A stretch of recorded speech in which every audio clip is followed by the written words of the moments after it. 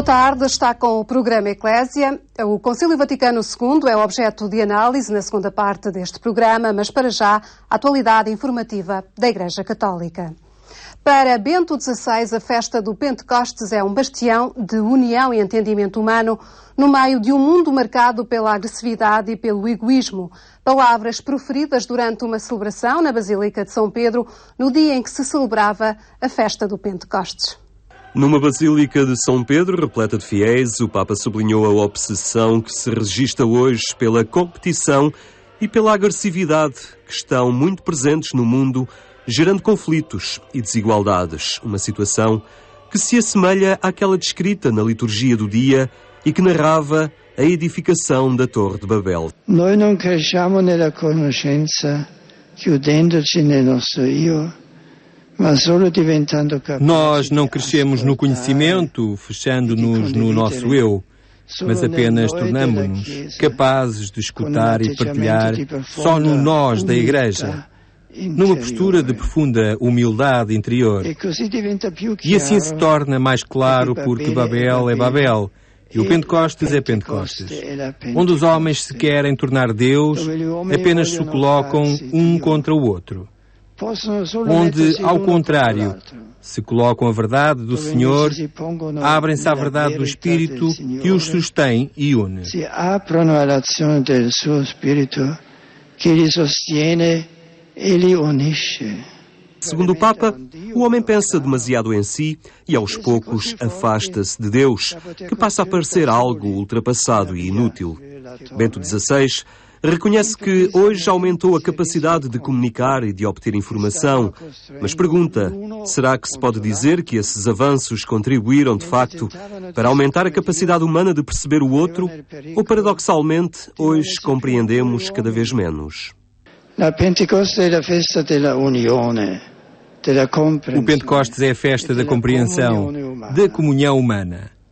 Todos podemos constatar que no nosso mundo, ainda que estejamos próximos uns dos outros, com o desenvolvimento dos meios de comunicação, com o sviluppo di mezzi di comunicazione e le distanze geográficas sembrano e as distâncias geográficas tendem a desaparecer, a compreensão e a comunhão entre as pessoas surge mais difícil e superficial.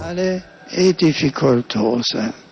Para o Papa, a festa da dádiva do Espírito Santo, revivida pela Igreja, 50 dias depois do primeiro domingo de Páscoa, lembra aos cristãos que só a força que vem de Deus permite contrariar as fraquezas da carne, enumeradas por São Paulo como o egoísmo, a violência, a discórdia e a inveja.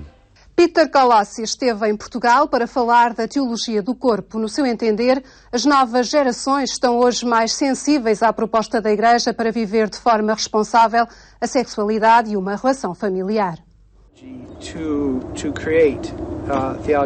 Peter Colossi é professor de Filosofia e Teologia Moral nos Estados Unidos da América e veio a Portugal para organizar o simpósio sobre Teologia do Corpo que vai decorrer em Fátima no próximo ano. A Teologia do Corpo assenta num conjunto de catequeses proferidas pelo Papa João Paulo II durante as audiências de quarta-feira ao longo dos primeiros anos do seu pontificado. Nos últimos tempos, estas catequeses foram agrupadas neste livro e tornaram-se muito populares nos Estados Unidos da América. E muitos jovens têm mudado a forma como vivem após terem estudado algumas das ideias apresentadas neste livro.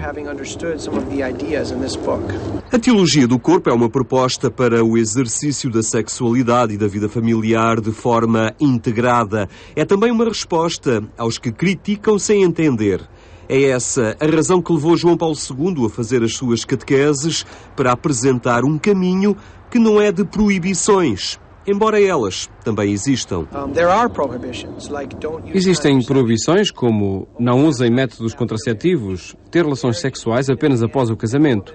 O casamento é entre um homem e uma mulher.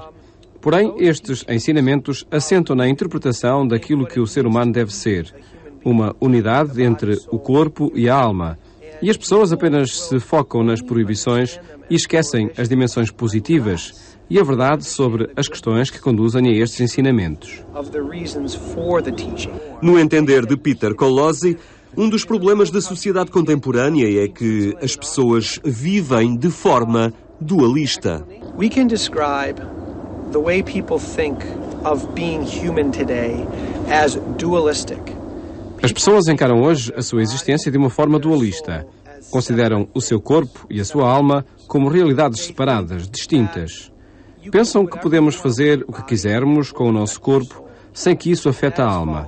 Isso é falso. É talvez a coisa mais importante deste livro e do ensino de João Paulo II. Ele sublinha muito a unidade do corpo e da alma. Ele diz, tu és o teu corpo. Porque existe uma intimidade muito grande entre o corpo e a alma. É como quando alguém chega e te abraça ou te bate na cara. Tu sentes e integras a emoção do gesto. Sentes a agressão ou o consolo do abraço. Isn't it interesting that you as a whole person feel the insult or feel the consolation from the hug?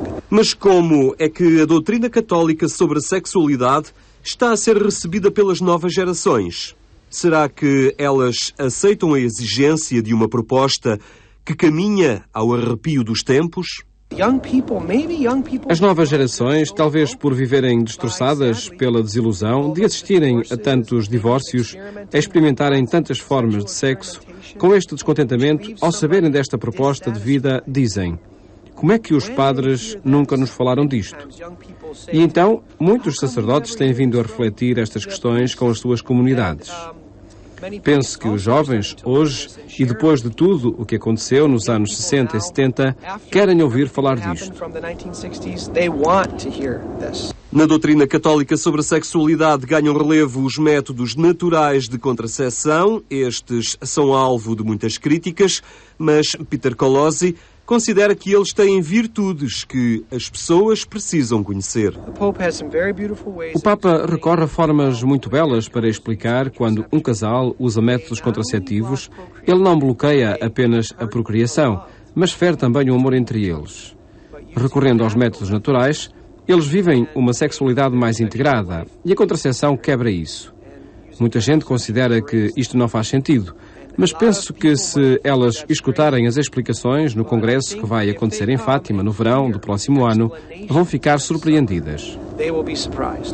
O 4º Simpósio Internacional da Teologia do Corpo vai decorrer em Fátima entre os dias 13 e 16 de junho do próximo ano. No contexto do Dia de África, que se assinala a 25 de maio, a Rede Fé e Justiça África-Europa promoveu um debate sobre o desenvolvimento no continente, onde se cruzaram perspectivas de missionários, economistas e políticos. É uma rede de missionários que promove a fé e a justiça na Europa e em África. Nos dois continentes tem antenas, representações que denunciam casos de injustiça e promovem o debate sobre fé e justiça, sobre metodologias para levar a dignidade humana a todas as pessoas. No contexto do Dia de África, que se assinala a 25 de maio, a antena portuguesa desta rede quis propor à sociedade olhares cruzados sobre a África. Nós somos confrontados com realidades muito complexas e muito diversificadas. Vemos, por um lado, uma África em que aparecem já grandes empresários e que até já investem aqui em Portugal, e, por outro lado, damos-nos conta de que o crescimento económico da África não corresponde à diminuição da pobreza em África. A análise desse problema é prioritário para a rede África-Europa Fé e Justiça. Neste debate, a secretária executiva desta organização missionária, que trabalha em Bruxelas, onde coloca na agenda política e social as causas da rede, partilhou o seu olhar sobre a África. Um continente que conhece, sobretudo por nele ter sido missionária durante mais de 30 anos. Apercebe-se, por isso, das mudanças que acontecem em África, do crescimento que por lá existe. Muita gente na Europa tem ficado com a mentalidade dos anos 80, 70, 60. E não é certo. É preciso olhar também olhar para a África hoje. A África moderna, existe uma África moderna, existem jovens modernos que querem uma África mais justa, sem corrupção, onde os velhos deixem os jovens vão fazer corte na África. Uma ruptura das novas gerações, com hábitos e poderes instalados, à procura de modelos de desenvolvimento que melhorem as condições de vida de todas as pessoas. a economia do continente africano está a crescer porque estão a vender muitas matérias-primas, sobretudo o petróleo, mas minerais, as madeiras, etc. Mas que isto não está a criar desenvolvimento, mas está a fazer mais diferenças entre os ricos, que são os que estão a ganhar, e os pobres, que estão, como antes, o pior. Então a diferença é crescente. Isto é mau para o desenvolvimento. E uma das questões mais relevantes em curso no continente tem a ver com as terras, com a posse das terras. Os países que não têm água ou terra, como os países do Golfo, têm terra, mas não têm água, eles estão a comprar terras na África com água, terras com água, com boas infraestruturas. E as companhias também, as companhias de muitos inversores, mesmo as companhias de inversão, as companhias de... como se diz, de pensões, os fundos de pensões, estão a comprar terras em África, não para o serviço do africano, mas para produzir produtos que vão a ser exportados fora. E também para produzir biocombustíveis. Portugal não está aliado destas movimentações comerciais cada vez mais cruzadas entre países, companhias, fundos. Portugal está muito envolvido nos agrocombustíveis ou biocombustíveis. Portugal tem... Não Portugal só, não as companhias portuguesas sozinhas, mas eles estão a fazer companhias mistas com angolanos, moçambicanos e brasileiros e com outras companhias de outros países, porque agora as terras que compram são tão enormes e precisam de tanto dinheiro para produzir essas terras que uma companhia sozinha não pode. Então estão a fazer companhias de muitos países, porque é muito mais difícil também apanhar se eles vão contra as leis, uma maneira de escapar os impostos, as taxas e muitas coisas. Na Europa e em África, a rede Fé e Justiça denuncia casos em que situações destas se repetem. Neste debate, outros olhares foram apresentados sobre esta e outras questões pela participação de Domingos Simões Pereira, secretário executivo da Comunidade dos Países de Língua Portuguesa, e Rui Moreira de Carvalho, gestor e autor do livro Compreender Mais África. A reta final deste espaço é dedicada aos 50 anos do Concílio Vaticano II. Henrique Matos continua a conversar com o teólogo Juan Ambrósio.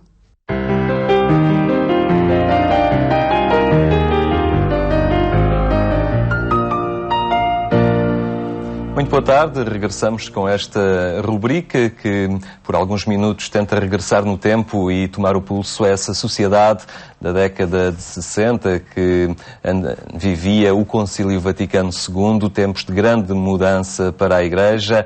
Para nos ajudar neste itinerário de análise, contamos com a presença de Juan Ambrósio, da Faculdade de Teologia da Universidade Católica Portuguesa. Obrigado por estares connosco uma vez mais. Boa tarde. O Concílio ficará certamente sempre marcado por este diálogo com o mundo e por esta, digamos, passagem, podemos dizê-lo assim, de uma Igreja que estava no mundo para uma Igreja que quer estar com o mundo. E próxima dele. Havia, digamos aqui, alguns muros de gelo ou de pedra, não sabemos, mas que havia a intenção clara de os derrubar para fortalecer estas vias de comunicação com este mundo que evoluía e fervilhava em grande intensidade nestes anos, desde o mundo universitário, desde os desafios às pessoas começarem a estimular o seu espírito crítico, a pensarem nas coisas. Portanto, eram desafios acrescidos para a própria Igreja. Sem dúvida, em que ela também teve que fazer uma aprendizagem de saber situar e de saber propor as suas coisas. Reparem, até este tempo aquilo que ela dizia nem precisava de ser, como para utilizar uma expressão que agora se costuma utilizar, nem precisava de ser acreditado, ou seja, aquilo que ela dizia valia por ser dito por ela e por ser dito daquela maneira, ninguém se atrevia a questionar, a interrogar, a pôr em dúvidas.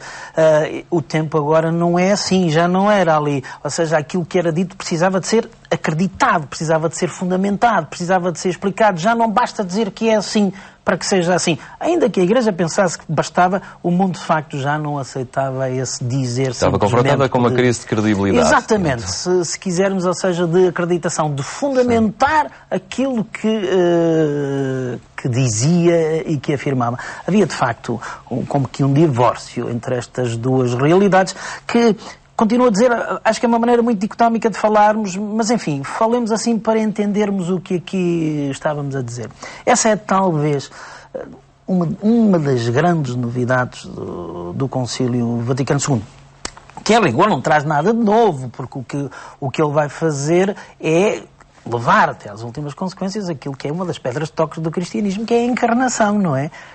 Ou seja, um Deus que assume a condição humana e que, no seio da humanidade, falando com a humanidade, a linguagem da humanidade de cada tempo, vai entrando em diálogo com esta humanidade para fazer que esta humanidade vá percebendo o seu projeto e vai participando com esta humanidade o seu sonho, o seu querer, a sua vontade. Portanto, não há nada de novo. E, ao mesmo tempo, há uma enorme novidade, porque durante muito tempo da história da Igreja, isto foi ficando como que esquecido, como que secundarizado, não é? E, enfim, não havia esta sensibilidade ao momento presente, a cada presente. O presente é que tinha que se adaptar à proposta que era feita pela Igreja e não tanto os dois a dialogarem e a escutarem-se. Bem, e aqui há, de facto, uma mudança enorme. Há uma mudança de perspectiva, de levar a sério os outros. O Concílio Vaticano II não tem qualquer tipo de condenação.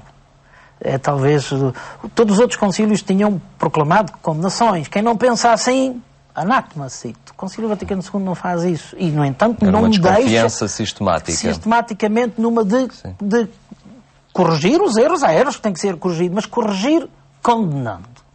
E agora denunciam-se os erros, porque o Concílio não deixa de dizer aquilo em que acredita, aquilo que é a sua mais profunda convicção, centrada em Jesus Cristo e na sua mensagem, mas não propõe isso condenando, propõe isso propondo e levando, dizendo, temos um tesouro que queremos partilhar. E, portanto, esta mudança, digamos assim, de um paradigma de uma igreja que fala para o mundo, mas como se não fizesse parte desse mundo, para um paradigma de uma igreja que está imersa nesse mundo e que é também mundo. E essa mudança é uma mudança brutal. Diz-se que alguns documentos e algumas reflexões foram provocando depois bastante instabilidade a seguir ao Concílio Vaticano II, por exemplo, a maneira de celebrar, e que muitos padres até puseram em questão a sua continuidade, porque já não se reviam na maneira de celebrar. Isso é verdade, não nego.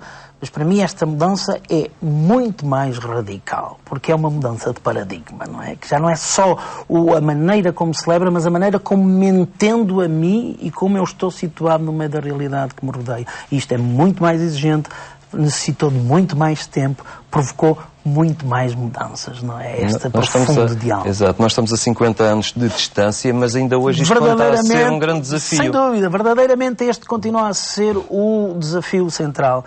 Correndo o risco de me repetir de intervenções de semanas passadas, no entanto gostaria de dizer isto. Há claramente aqui a consciência de que a missão da Igreja é uma missão de ser enviada ao mundo. Eu até gosto de dizer, quase de modo atrevido, dizer assim, no fundo, não é a Igreja que tem uma missão.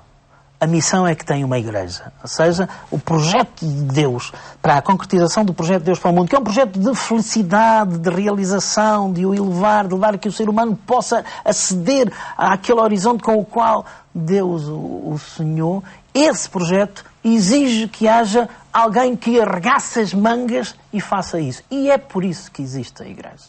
Ou seja, a razão de ser da Igreja não é ela mesma, é o mundo, as pessoas, o ser humano a quem ela é enviada. Quando isto se descobre e começa a ficar claro, e no fundo isto é o que vem desde o início, quando isto fica claro, tem que se mudar de atitudes, tem que se abrir as portas, tem que se ir para o diálogo, tem que me assumir como estando no meio da massa. Já nos dizia o texto bíblico, não é? A levedura não pode levar a massa se não estiver metida no meio da massa. E é aí que há esta mudança, e esta mudança de atitude, que ainda hoje não conseguimos totalmente. Uma coisa é sair um decreto e depois mudar as mentalidades, tornou-se aí muito complicado. As mentalidades nunca se mudaram por decreto e ainda hoje não se mudam por decreto. Uma coisa interessante destes decretos, no entanto, e destas constituições, é perceber que elas são um texto, mas são um texto que tem por trás um profundo diálogo. Não há aqui tempo para vermos esse diálogo, mas a própria história do texto, até este formato final, nos indicia como foi preciso dialogar muito, como ser preciso ser muito humilde, escutar o outro, posições diferentes para se aproximarem, para de facto poder dar este texto. Eu acho que é uma das peças mais magníficas produzidas pela comunidade crente ao refletir sobre si e a sua missão. Claro que é um texto que tem a marca do tempo. Muito do que está dito na Gaudium et Spes tem a marca dos anos 60. E o mundo hoje não é assim. Mas o paradigma, esse continua hoje. O paradigma de diálogo, de estar, de escutar, de responder às necessidades reais das pessoas e, a partir do real, então, fazer chegar aí a proposta. Isto é uma mudança brutal, mas era uma mudança necessária. Eu, sinceramente, acredito que este é um dos sinais dos tempos. Esta mudança, um dos sinais dos tempos, que é um dos temas que o próprio Concílio trabalha e diz: temos que estar atentos aos sinais dos tempos. Esta própria mudança de paradigma é um dos sinais dos tempos para a própria Igreja, não é? Saber escutar a voz do Espírito, que fala aonde? No interior da Igreja, certamente, mas sobretudo no interior do mundo. É aí que temos que escutar a voz do Espírito, porque é esse mundo que somos enviados. Muito bem, Juan. É um desafio que continua hoje a fazer sentido e a interpelar cada um dos agentes da pastoral. Foi esta a rubrica que tenta olhar então estes tempos que antecederam a convocação do Concílio Vaticano II. Nós voltaremos de hoje a 8 dias para analisar outras vertentes da vida da Igreja desta época.